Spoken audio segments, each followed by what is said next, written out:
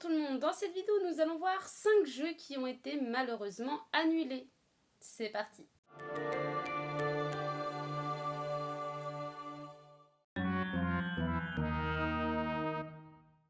Star Wars 1313. Alors qu'on devait incarner un chasseur de primes et par la suite le célèbre Boba Fett, ce projet attendu n'aura jamais vu le jour. Ce shooter à la troisième personne, explorant un univers propre à la saga, nous promettait vraiment du lourd. Pourquoi il n'a pas vu le jour? Plein de raisons ont été données. Celle du rachat par Disney en octobre 2012 de la société mère LucasArts avant de la fermer le 3 avril 2013, annulant ainsi plusieurs projets pour ensuite la rouvrir en 2021 sous le nom de Lucasfilm Games.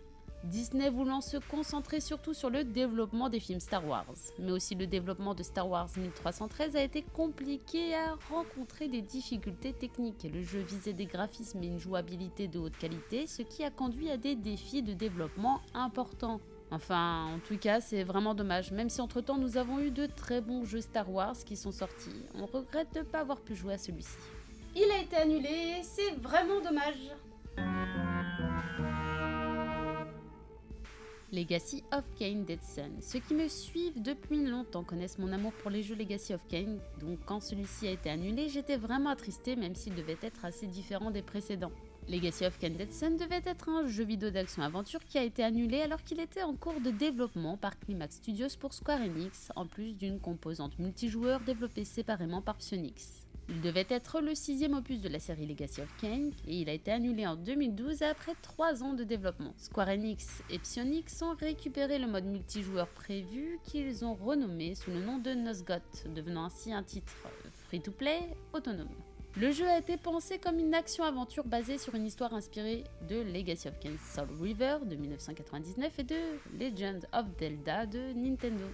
Le jeu aurait eu un monde ouvert avec des combats, des énigmes et des éléments narratifs avec des mécanismes de combat au corps à corps, de la magie et des capacités spéciales liées à la nature maudite des protagonistes, mais aussi des explorations de donjons et des combats de boss. L'intrigue suivait un protagoniste nommé Gain, un anti-héros maudit qui se réveillait avec des pouvoirs vampiriques dans un monde rempli de mystères et de conflits, avec Usher, un humain parcourant le pays de Nosgoth. Mais voilà, Square Enix a finalement pris la décision d'annuler Legacy of Kain Dead Sun. Cette décision a été prise en raison des problèmes de développement persistants, des coûts élevés et de l'incertitude entourant la viabilité du projet. En effet, par crainte que le jeu soit un échec financier, ils ont préféré ne pas le sortir et c'est vraiment dommage. Scalebound est un jeu d'action-aventure développé par Platinum Games et publié par Microsoft Studios. Le joueur aurait incarné un personnage nommé Drew, un jeune homme qui se liait à un dragon et devait se dérouler dans un monde fantastique rempli de créatures, de magie et de paysages variés. Les joueurs devaient explorer ce monde et accomplir des quêtes tout en améliorant les compétences de Drew et de son dragon. Apparemment, on aurait pu combattre à d'autres dragons et utiliser des compétences spéciales et combattre des ennemis colossaux et fascinants. Et tout cela en pouvant personnaliser au maximum nos protagonistes. Malheureusement, malgré l'enthousiasme initial et les attentes élevées, les problèmes de développement et les désaccords créatifs ont conduit à l'annulation du jeu en 2017. Apparemment, l'annulation du projet fait suite à un développement donc assez compliqué avec des problèmes techniques et des retards, ainsi qu'une mauvaise ambiance entre les deux partenaires, Microsoft et Platinum Games, qui ont eu du mal à surmonter les obstacles techniques pour faire progresser le jeu comme prévu. Puis Microsoft a choisi de réaffecter les ressources de Scalebound à d'autres projets considérés comme plus viables. Hideki Kamiya a d'ailleurs expliqué que Platinum Games n'était pas assez expérimenté, travaillant à ce moment-là dans un environnement auquel il n'était pas habitué, n'ayant pas non plus le savoir-faire nécessaire pour construire un jeu basé sur des fonctionnalités en ligne. Espérons tout de même qu'on puisse le voir un jour, ce jeu qui paraissait très intéressant. C'est vraiment dommage parce qu'à mon avis, c'était un jeu qui avait beaucoup de potentiel. Tant pis. Fable Legends est un jeu vidéo de type action RPG développé par Lionhead Studios et édité par Microsoft Studios qui devait sortir en 2016 sur Windows et Xbox One, se déroulant plusieurs centaines d'années avant les événements dépeints dans la trilogie originale.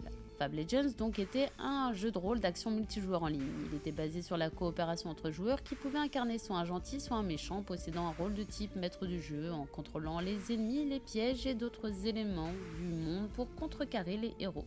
Les joueurs pouvaient donc incarner différents héros, chacun ayant ses propres compétences et caractéristiques uniques. Le jeu sortira en version bêta, mais les joueurs n'ont pas du tout été conquis par celui-ci. Pour cette raison et aussi les nombreux désaccords au sein de l'équipe de développement sur la direction créative du jeu, notamment en ce qui concerne son ton et sa mécanique de jeu, ainsi que des retards répétitifs ont provoqué l'annulation du jeu, mais aussi la chute du studio britannique Lionhead, malheureusement.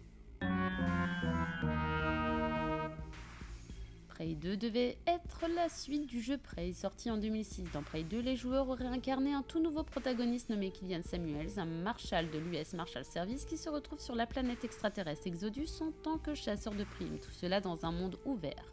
Les joueurs donc auraient pu explorer la ville extraterrestre tout en traquant des cibles pour les capturer ou les éliminer, tout cela en ayant de grandes possibilités de déplacement dans un univers de science-fiction.